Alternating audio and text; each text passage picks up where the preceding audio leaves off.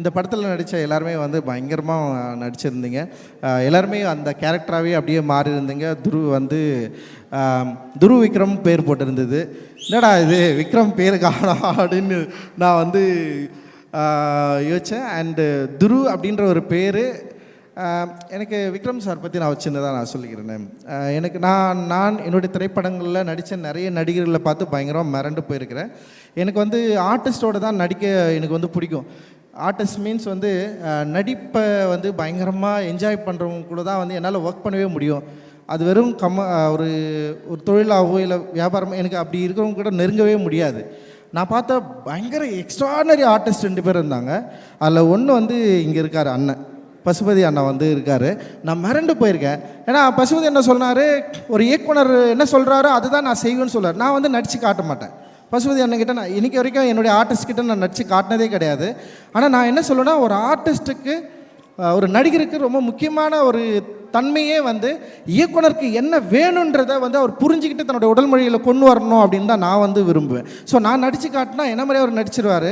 But ஆனால் வந்து நான் நடித்து காட்ட மாட்டேன். நீங்களே பண்ணுங்கண்ணான்னு சொல்லுவேன். அண்ட் வந்து அவர் சார்பட்டா பரம்பரையில் வாத்தியாராக அவர் பண்ணது, ரங்கன் வாத்தியாராக பண்ணது வந்து எக்ஸ்ட்ரானரி ஒர்க்கு.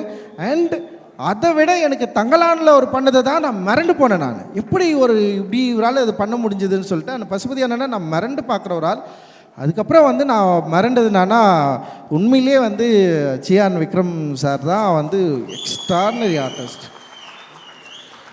அவரே எனக்கு தெரியல, தங்கலான் அவருக்கு எத்தனாவது படம் தெரியல. எனக்கு ஒரு 6வது படம் அப்படின்னு நான் நினைக்கிறேன். பட் அவருக்கு எத்தனாவது படம் தெரியல. நான் அவர்கிட்ட கேட்டேன், நீங்கள் எதுக்கு இவ்வளோ கஷ்டப்படணும், இவ்வளோ வருஷத்துக்கு அப்புறம் இத்தனை படம் நடித்ததுக்கப்புறம் நீங்கள் எதுக்கு இவ்வளவு உடல் உழைப்பு தரணும் அப்படின்னு நான் கேட்டேன். நான் எது உங்களை வந்து ட்ரைவ் பண்ணுது, எது உங்களை வந்து தூண்டுது, எது வந்து உங்களை வந்து புஷ் பண்ணுது, நீங்கள் இப்படி நடிக்கணும்னு சொல்லிட்டு உங்களை எது வந்து உங்களை சொல்லுது அப்படின்னு சொல்லிட்டு நான் அவர்கிட்ட நான் கேட்டேன்.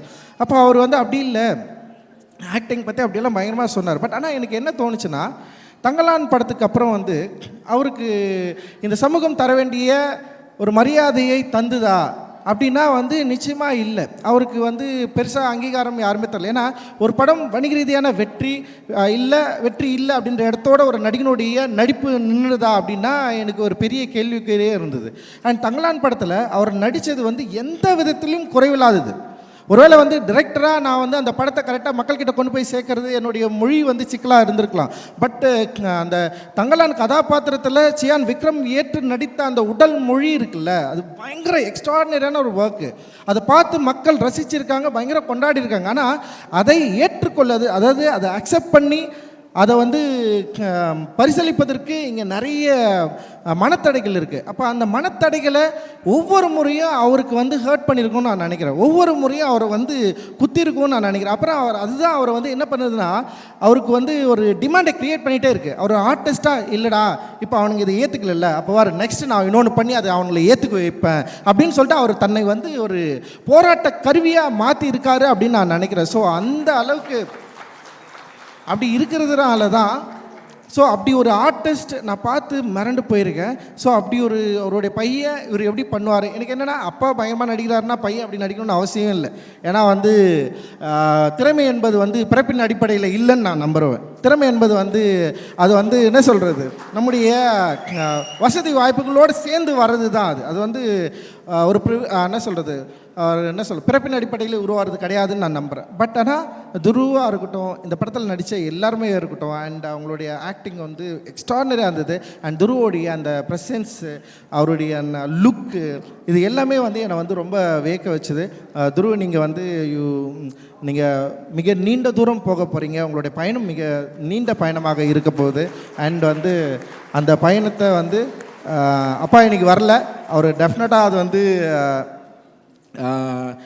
நிச்சயமாக உங்களுக்கு அவர் வாழ்க்கையிலேருந்து நீங்கள் அதை வந்து கற்றுப்பீங்க அப்படின்னு நான் வந்து நம்புகிறேன். And you did very fantastic work. ட்ரெண்டை ஃப்ரெண்ட் ஆக்கிக்கோங்க. தந்தி டிவியின் சப்ஸ்கிரைபர்ஸ் அண்ட் ஃபாலோவர்ஸ் குடும்பத்தில் நீங்களும் இணையுங்க.